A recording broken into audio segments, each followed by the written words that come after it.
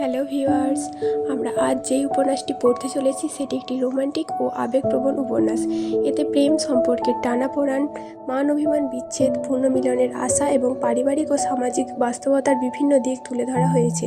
কাহিনীর কেন্দ্রে কনক নামের চরিত্রকে ঘিরে ভালোবাসা, ত্যাগ ও জীবনের সংগ্রামের চিত্র সুন্দরভাবে ফুটিয়ে তুলেছেন আমাদের লেখিকা বনলতা।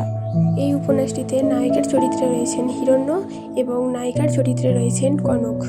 তো চলুন দেরি কিসের, পড়ে নেওয়া যাক আমাদের এই উপন্যাস। কনক, শুনছো? ঘুম ভেঙেছে নাকি এখনো পড়ে পড়ে ঘুমানো হচ্ছে? 1 মিনিট দেরি করলেই কিন্তু ফেলে রেখে চলে যাব। আধ ঘন্টার মধ্যেই আসছি, এসেই যেন তোকে তৈরি দেখতে পাই। আর হিজাব ছাড়া বের হওয়ার কথা তো ভুলেও মাথায় আনবি না। কিছুক্ষণ পর পর্দার ফাঁক গলিয়ে আসা বিভব বিদায়ী আলোকছটা চোখে পড়তেই নিদ্রা উবে যায় কনকের। চোখ বন্ধ রেখে কপাল কুঁচকে কিছু খোঁজার জন্য হাত নাড়াতে থাকে। হয়তোবা মোবাইল ফোন খুঁজছে। কিছুক্ষণ পর কাঙ্ক্ষিত জিনিসটি পেয়েও গেল। মোবাইল স্ক্রিনে তাকাতেই নজর গেল সবার উপরে নোটিফিকেশনটায়। হেডলাইট দিয়ে সেভ করা হোয়াটসঅ্যাপ নাম্বার থেকে মেসেজ এসেছে। উফ, আবার কি মেসেজ করলো রে হিটলার। মেসেজ সিন করার আগেই নজর গেল সময়ের দিকে। 5টা বেজে 34 মিনিট।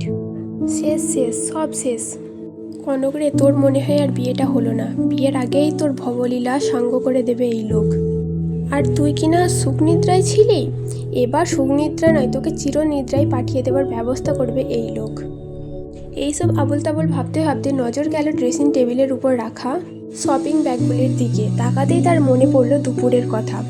ব্যাক কলেজ শেষে কনক আর অভিপ্সা, দুই বান্ধবী, গেট দিয়ে বেরোতে বেরোতে গল্প করছিল। গেটের সামনে দাঁড়িয়ে থাকা ফুচকা ভ্যান দেখে হঠাৎ কনক বলে উঠল, এই অভিজানু, চল না ফুচকা খাই। না রে পাখি, এখন খেতে অনেক সময় লাগবে, আর ভাইয়াও নিতে আসবে আজ। কালকে না হয় খাওয়াবো, কেমন? উফ, বেশি সময় লাগবে না, আই তো। না রে, ভাইয়া স্ট্রিট ফুড খাওয়া একদম পছন্দ করে না। খেতে দেখলে খুব বকবে এখন, কাল খাবো প্রমিস। উফ, তুই এত ভয় পাস কেন ওনাকে? জানো, আমরা যদি জন সিনার মতো একটা বডি থাকতো, তোর ভাইকে মেরে একদম উগান্ডায় পাঠিয়ে দিতাম।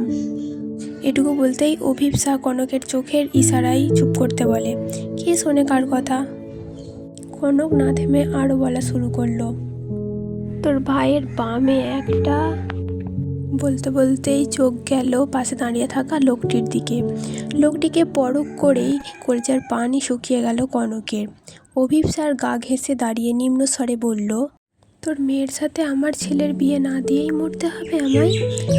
একইভাবে অভিও বলল, বারণ করেছিলাম তোকে, শুনলে আর এই অবস্থা হতো? একদম বাম নিয়েই। কনক মনে মনে দোয়া ইউসুফ পড়তে লাগলো।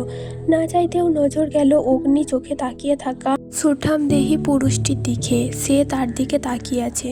হঠাৎ